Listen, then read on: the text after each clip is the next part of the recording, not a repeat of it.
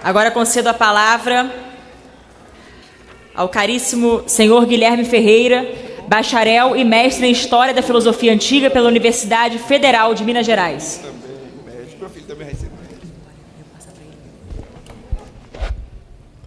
Bom dia a todos. Quero cumprimentar aqui a amiga, deputada Cristonieto, os demais deputados presentes, os demais membros da mesa e, sobretudo, os pais e as crianças que estão aqui abrilhantando esta sessão solene. É uma alegria imensa. Eu também, como pai de 3 filhos pequenos, ver o empenho dessas famílias nesta causa fundamental e urgente. Bom, eu tive a oportunidade de escutar algumas falas na semana passada, na quinta-feira, naquele seminário, aqui na Câmara, e eu saí de lá com a frase de uma figura histórica muito famosa, que me parece descreve muito bem a mentalidade, ainda que essas pessoas não percebam isso, de alguns dos que são contrários à educação domiciliar. E a frase, todos conhecem certamente, é: tudo no Estado, nada contra o Estado e nada fora do Estado. Eu fiquei assustado, confesso, de escutar uma visão de mundo na qual o Estado tem que ser provedor de tudo, na qual o Estado é o primeiro e único garantidor de todas as benesses, inclusive da própria felicidade humana. O Estado vai garantir educação, saúde, etc, etc, etc. E não as pessoas, não as famílias, não a primeira sociedade, a célula máter, a célula fundamental da sociedade, que é a família, que é, obviamente, anterior ao Estado.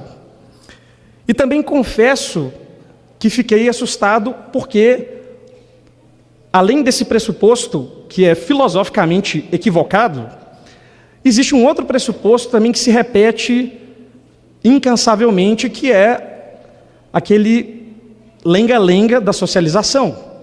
Inclusive, foi dito ali que as crianças, os pais que querem educar os filhos em casa, querem privar os seus filhos de convivência com negros, com gordos, com índios, e cito literalmente o que foi dito ali. Isso é um absurdo. Se isso fosse verdade, essas pessoas nem estariam aqui, essas famílias com as suas crianças. Basta um mínimo de bom senso para observar a própria realidade dos fatos, para quem acompanha um movimento que defende a causa da educação domiciliar, não só no Brasil, mas em outros países também, para constatar que isso não procede, que não é a motivação fundamental das famílias privar os filhos do convívio com outras pessoas. Pode ser que isso aconteça em outro caso, mas seria a exceção que confirma a regra, e não a regra. Dessa filosofia estatista, esse é o termo técnico, ela é muito perigosa, porque nós estamos conferindo, muitas vezes, a burocratas desconhecidos um papel que é de direito natural, pertencente ao pai e à mãe. Isso tem que ficar muito claro. E um outro problema também que está na base dessa discussão toda e que muitas vezes não é mencionado, é o problema da própria finalidade da educação. Todo o sistema educacional atual, não só no Brasil, mas em muitos outros países, está montado, organizado para fins meramente, muitas vezes, econômicos. E muitas vezes as pessoas até defendem isso como se fosse esta a única finalidade, ou esta a finalidade principal, ou a finalidade exclusiva. E não é. Eu peço a permissão de vocês aqui para citar um trecho desta obra fundamental sobre a filosofia da educação, sobre esse assunto. Cito: a riqueza pode ser buscada, mas não como fim último. Um sistema educacional que buscasse a riqueza como seu fim último estaria indo não só contra a ordem da natureza, como também estaria frustrando no homem seus anseios mais profundos. Seria, para a natureza humana, uma verdadeira aberração. Por quê? Riqueza é meio, não é fim.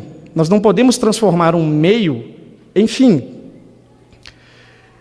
E justamente neste ambiente de famílias educadoras, foi o que, por exemplo, eu vi na minha cidade natal, em Belo Horizonte, na convivência no grupo que nós tínhamos lá de famílias educadoras. O que nós vemos?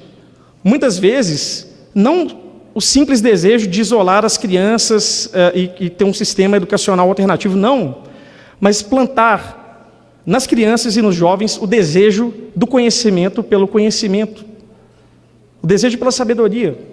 E qual é a consequência disso em muitos dos casos?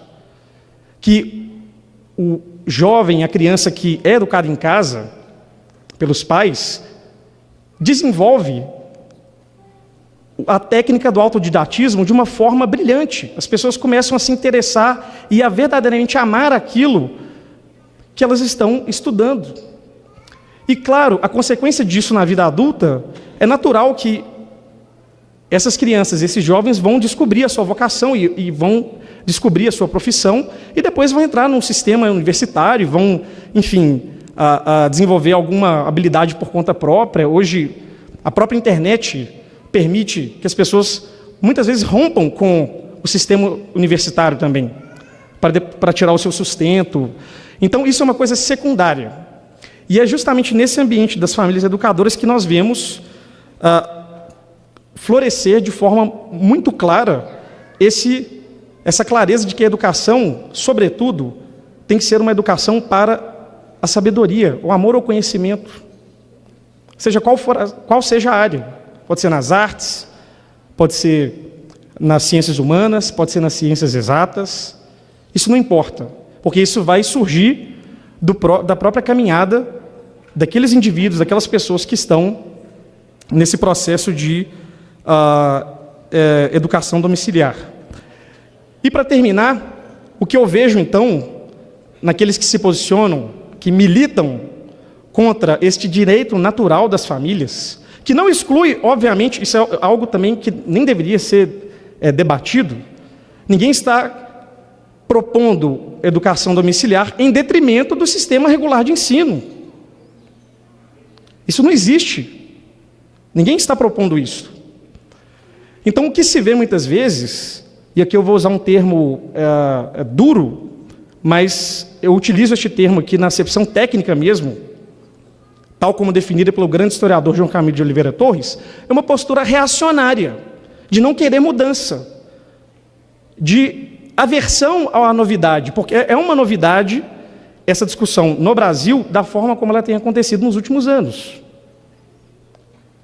Então, vemos uma postura, a meu ver, equivocada, e falo aqui também, sobretudo como professor de História, inclusive na minha disciplina, a disciplina que eu estudei, você percebe muito claramente que os maiores historiadores brasileiros, por exemplo, foram autodidatas, não passaram por um curso regular superior de História. Aprenderam sozinhos, desenvolveram sua técnica por conta própria. Como? Dialogando através da leitura com outros grandes nomes da historiografia. Então é perfeitamente possível, sim, não só uma verdadeira educação, uma educação substanciosa, né, com qualidade nesse ambiente, mas acima de tudo, legítimo. O Estado tem um papel supletivo, subsidiário. O Estado foi feito para o homem e não o contrário. Isso tem que ficar muito claro. O Estado tem que ajudar essas famílias. Ele tem que suprir as necessidades quando elas aparecerem. Quando as famílias não derem conta, em alguns aspectos, de se organizar, o Estado vai entrar com uma função subsidiária, e não o contrário, não como aquele que determina todos os aspectos. Vemos claramente, para finalizar, que isso está falindo. E não é por acaso também que quanto mais se aumenta o orçamento para a educação pública no Brasil, mais o ensino piora. Só não aceita e não reconhece isso quem não quer. Finalizo, então, também reafirmando que este movimento é um movimento das famílias, é um movimento de todos. Não podemos também cair na tentação de achar que é um movimento, uma causa que tenha dono, né? Cada grupo de famílias, cada grupo de professores, enfim, os que defendem a causa, cada grupo de deputados vai dar o tom, a abordagem que julgar melhor, mas é um movimento de todos. Muito obrigado. Deus abençoe a todos.